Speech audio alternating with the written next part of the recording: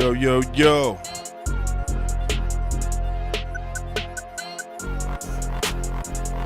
Are we live? Are we live? This is ball knowledge. No, wait, this is ball knowledge. Are we live? Are we live? Yeah, this is ball knowledge. Okay, this is ball knowledge. Yo. Are we live? Are we live? This is ball knowledge. Yeah, this is ball knowledge. Are we live? Please, are we live? Yeah, this is ball knowledge. This is ball knowledge. Okay, looks like we're live. Looks like we're live. Looks like we're live. I don't like what I'm seeing, but it is what it is at this point.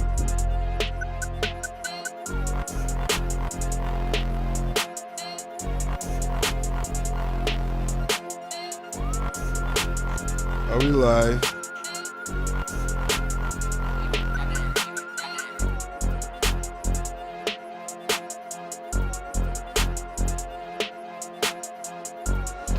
All right, guys.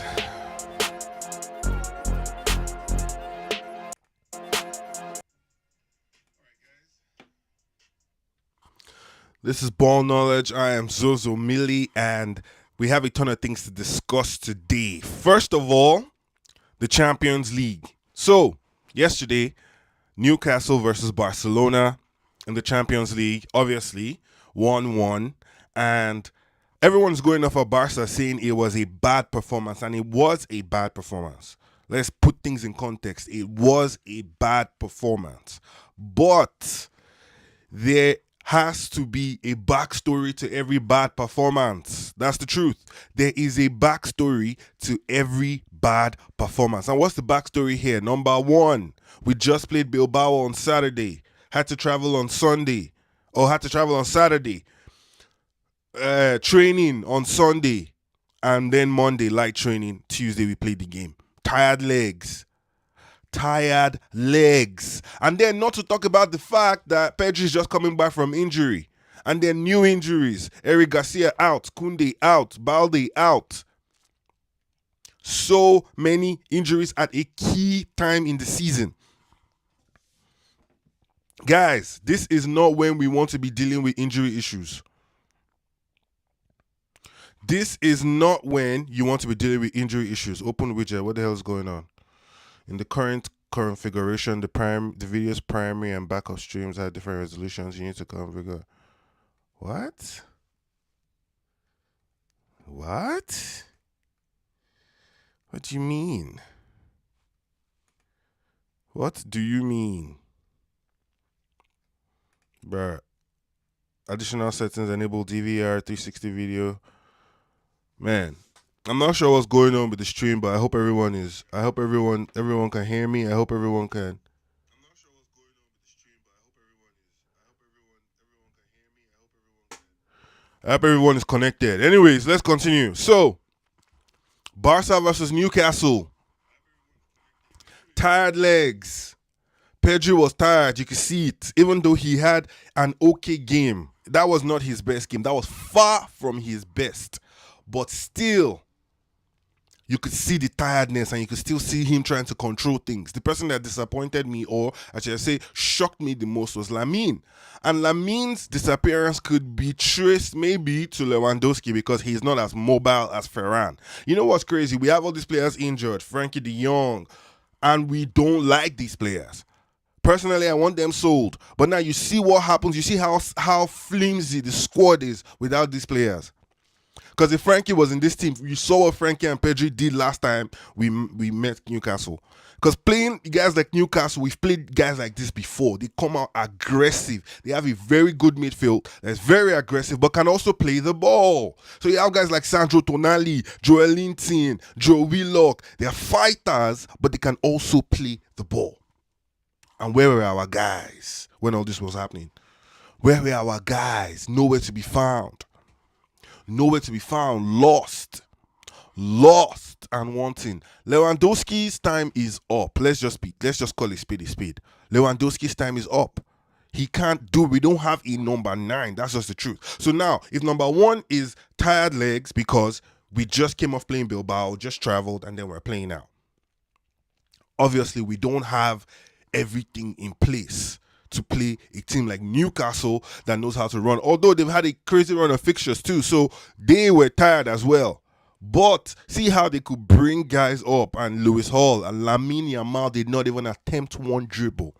And I should never ever see that again. This is the first time in Lamine's UCL career that he didn't attempt one. When I say attempt, he didn't even attempt one dribble. Do you know how bad that is for Lamine Yamal not to attempt a dribble? Because he read the game, he obviously saw that the dribble is going to lead nowhere. But also, there was no energy. You have to attempt something, at least try. Drive at them once and see what comes out of it. Thankfully, he was able to dispatch his penalty, which I don't understand who our penalty taker is anymore. I thought it was Rafinha. Are we there? I thought it was Rafinha. Now it turns out it's not Rafinha and it's Lamine, which is fine. Lamine can be the penalty taker, but other aspects of his game have to improve. You have to, well, he's 18, so what can we say? 20 goals, already beating his last season's, tally. So he is improving, but I'm just saying, like, he needs to be more incisive. He needs to run in behind more. There's some games where the dribble penetration will not open. The wide playmaker will not be there. That's not the way to kill this kind of games. This kind of games is one touch, getting behind and try and hurt them immediately. So this was a bad game, but it can be understood. And the fact is, we drew.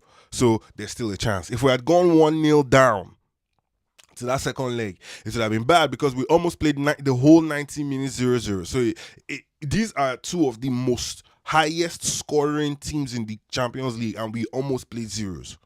What does that tell you? That tells you that it is possible in the second leg to play another zeros.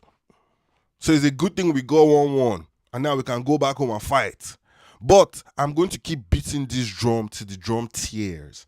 I'm going to keep beating this drum till the drum destroys. Sell Frankie, sell Araujo. In fact, let me talk about Araujo because I've not talked about the goals. So, the goal we considered, right? Araujo got injured, or he thought he got injured, on the opposition side. He sat down outside the pitch, then he brought himself in. So that way the ref has to stop the play. Now, the ref is telling you, go. We're not stopping the play. You know what this guy does? He scooches himself and now starts walking back when the ref has already started the play. Right back. Rafinha has to cover a right back. Casado. See, once I saw Casado coming, even though Bernal was not having a great game, once I saw Casado coming in, I knew this guy was bringing a calamity with him. Because his confidence has been off this season. And that goes back to the Victor Font conversation we're having. If that guy is going to make ruthless changes and ruthless decisions, then get Victor Font into the club immediately. Because the sentiment that made us to keep Araujo, we should have sold that guy last year. Sentiment is why he's still in the club. The sentiment of he's from the academy, he has potential. How are we going to replace? Bro, there's center backs out there you can replace him with. Sell this guy. If we can't raise 250 to 300 M from selling De Jong, Araujo, Olmo, Ferran, Casado, whoever is running the club just to resign. Because these 5 players should be able to give you 250 to 300. And once you get that 250 to 300, it is simple what the squad needs. A number 9 that is elite. Like, the mentality top notch. Personally, I go for OSIMHEN because the hunger OSIMHEN has, you can't teach. You can't teach. That personality, long legs, header, that's like a Lewandowski like for like, which fits Hansi Flick's style in his best seasons. Look at last season when Lewandowski still had a little bit left in the tank. Because Lewandowski's disappearing act and the fact that Rafinha has had injury problems is why we look this shaky this season. But if you can get me, who is Noral Chalabi, shout out to you. If you can get me a serviceable 9 that knows exactly what he is doing, a 9 that knows what he's made of, come and eat with what Lamine and Pedri are cooking. Obviously, the Rashford thing, I don't know yet, because it's so much money and you guys don't want to play him. Because at this point, we are past starting Rashford in the 9. We should have been starting Rashford in the 9 for a while now. What is going on?